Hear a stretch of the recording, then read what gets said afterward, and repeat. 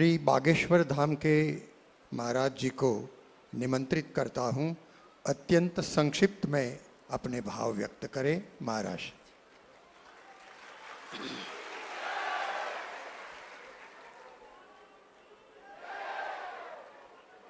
श्री सीतानाथ समारंभां श्री रामानंदार्य मध्यमाम् अस्मदाचार्य पर्यन्तां वन्दे श्री गुरु परंपरा।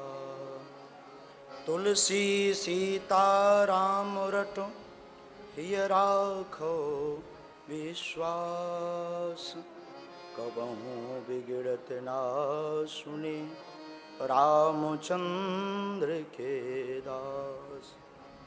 तुलसी वृक्ष न जानिए गाय न जानिए ढोर, मात पिता गुरु मानुष न जानिए यह सब हैं नंद किशोर। हरिशरणम। व्यासपीठ पर विराजमान पूज्य बापू के चरणों को साष्टांग दंडवत प्रणाम करते हैं। पूज्य मलुकपीठ वाले महाराज जी के चरणों को साष्टांग दंडवत प्रणाम करते हैं। यहाँ विराजमान आप सभी संत जनों को, विद्वत जनों को बारंबार प्रणाम। हमारे ज्येष्ठ भ्राता और भाई जैसा लाड़ देने वाले, बड़ा प्यार करने वाले, कई बार डांट भी देते, आकस्मिक मुलाकात होती है। पूज्य सदुआ बाबा जी, आपके चरणों को भी हम साष्टांग दंडवत प्रणाम करते हैं। और जितने भी विराजमान सिया राममय सब जग जानी, करो प्रणाम जोर जुगपान।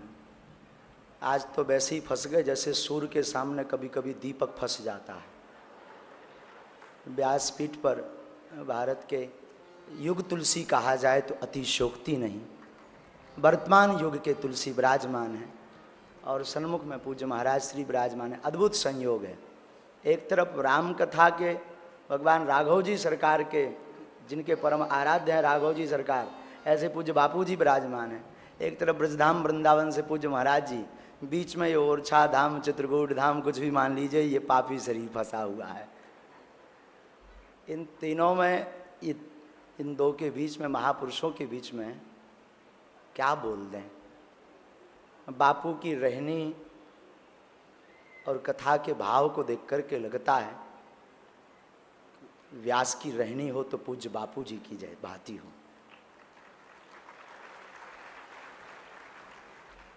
सरल शब्द में तीन अक्षर हैं, एक सा, एक रा और एक ला। सा से होता है सीता, रा से होता है राम, ला से होता है लक्ष्मण।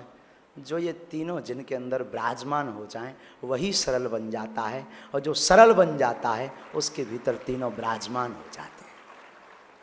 और आज बुंदेलखंड की पावन धरा, बुंदेलखंड पूज्य महाराज जी तो बताई गए बुंदेलखंड के बारे में। बुंदेलखंड की पावन धरा में जहाँ पूज्य बापू राम कथा की भागीरथी गंगा बहा रहे हैं। स्वांता सुखाए तुलसी रघुनाथ गाथा, भाषा निविद मति मंजुल मातुनोती। पूज्यपाद गोस्वामी जी ने जब श्री रामचरितमानस की रचना की तो किसी ने पूछा कि ये रामचरितमानस किसके लिए है, आप किसको ये परोसना चाहते हैं, कौन इसे स्वीकार करेगा। गोस्वामी जी ने मुस्कुरा करके कहा, ये संसार के लिए हमारी राम कथा नहीं है, ये तो हमारे अंतःकरण के आनंद के लिए राम कथा है। अगर कोई और लेना चाहे तो हमें बुराई नहीं है, अगर कोई इसे स्वीकार करना चाहे तो हमें बुराई नहीं है। ऐसी राम कथा पूज्य बापू भी, कभी कभी हम बापू के भाव को देखते रहते हैं, कभी कभी टीवियों में देखने को होता। एक बार तलका जड्डा में भी पूज्य जोशी जी के माध्यम से दास का जाना हुआ, बापू की जन्मस्थली जहाँ बापू विराजमान रहते हैं, वहाँ भी हमने जब नज़दीक से देखा तब यही देखा कि बापू भी अपनी कथा जगत को रिझाने के लिए नहीं करते हैं, स्वांता सुखाए, सुख के अपने अंतरकरण के आनंद के लिए करते हैं। क्योंकि आपने पहले ही कह दिया था कि कम शब्दों में वाणी को विराम करना है, तो हम बापू के चरणों में यही निवेदन करेंगे कि कभी समय मिले बापू तो बागेश्वर बालाजी के दर्शन करने भी पधारना। हमारी सामर्थ्यता तो नहीं है बुलाने की कभी, लेकिन लोक व्यवहार में यही कह सकते हैं, आप तो हनुमान जी के साथ सदैव रहते हैं, हनुमान जी आपके साथ रहते हैं। कभी बागेश्वर वाले बालाजी अगर आपको अंतर मन में प्रेरणा देवें तो ज़रूर पधारना। तो ये चाह है, चाह तो बढ़ती रहेगी। अभी हम बुलाने को कहेंगे, फिर कथा को कहेंगे। हाँ हाँ, न जाने क्या क्या कहेंगे। एक महापुरुष कहते थे, चाहे पैसों से आनों में आती रही, चाहे आनों से रुपया बनाती रही, चाहे रुपयों से नोट बुनाती रही, चाहे नोटों से कोठी चुनाती रही, चाहे कोठी में मोटर मंगाती रही, चाहे मोटर से होटल में जाती रही, चाहे होटल में बोतल खुलाती रही, चाहे क्या क्या न करती कराती रही। चाहे पाली जिन्होंने वो पीले हुए, चाहे छोड़ी जिन्होंने वो रसीले हुए, चाहे जी से लगी जी जरा हो गया, चाहे हरी से लगी जी हरा हो गया। अब एक ही चाहे हमको चाहिए, वो अगर चाहे तो फिर क्या चाहिए। हनुमान जी चाहें तो क्या चाहिए। तो हम तो यही कहेंगे जो हनुमान जी चाहें। और बापू के लिए हमारे पूज्य दादा गुरु का एक श्लोक है, अगर बापू की आज्ञा है तो सुनाऊं। बापू आप चाय के बड़े प्रेमी हो, हमारे दादा गुरु भी बड़े प्रेमी थे, मिलती जुलती है। 40 चाय के पहले उनका श्री गणेश नहीं होता था। 40 से कम हो तो वो सोचते थे कि आज हड़ताल है, तो उनसे बोला जाता था कि नहीं नहीं दूध नहीं है।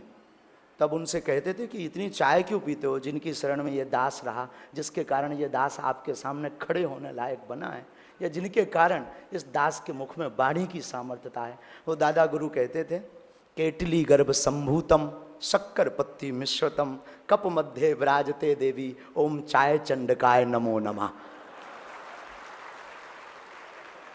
तो हमें खबर आई कि ऐसा हम गाड़ी में आ रहे तो पता नहीं कोई भीतर से कह रहा था कि बापू के पास जा रहे हो, ये श्लोक चढ़ा के आना अपनी तरफ से। हमने कहा अगर ना चढ़ाऊं तो, बोले आकर के फिर मार चमीटा लाल करूंगा। अरे हमने कहा सॉरी बाबा, मैं जाके ही बोलूंगा, माइक ना भी मिलेगा हम जबरदस्ती छीन लेंगे, कहेंगे बापू बेट। केटली गर्भ संभूतम शक्कर पत्ती मिश्रतम कप मध्य विराजते देवी ओम चाय चंडकाय नमो नमः। इसका मतलब ये भी है कि बापू कभी मौका मिलेगा तो हम चाय पिएंगे आपकी शीत प्रसादी के रूप में। हम प्रणाम करते हैं, ज़्यादा बहुत समय ले लिया, क्षमा मांगते हैं। जो भी वाणी से दास के द्वारा धृष्टता निश्चित है, मूर्ख आदमी है, पढ़े लिखे हैं नहीं, गांव के गवार हैं बापू, मूर्ख आदमी नालायक हैं, कौन पढ़े लिखे हैं। बहुत अब गुरु कृपा हो गई सो आपके सामने खड़े हो गए। चरणन में बारंबार प्रणाम कर रहे हैं, पूज्य महाराज जी के चरणन में बारंबार प्रणाम कर। आप सबको बागेश्वर धाम की, सन्यासी बाबा की, पूज्य बापू जी महाराज की, अपने अपने मताई बाप की। नमः पार्वती पते हर हर।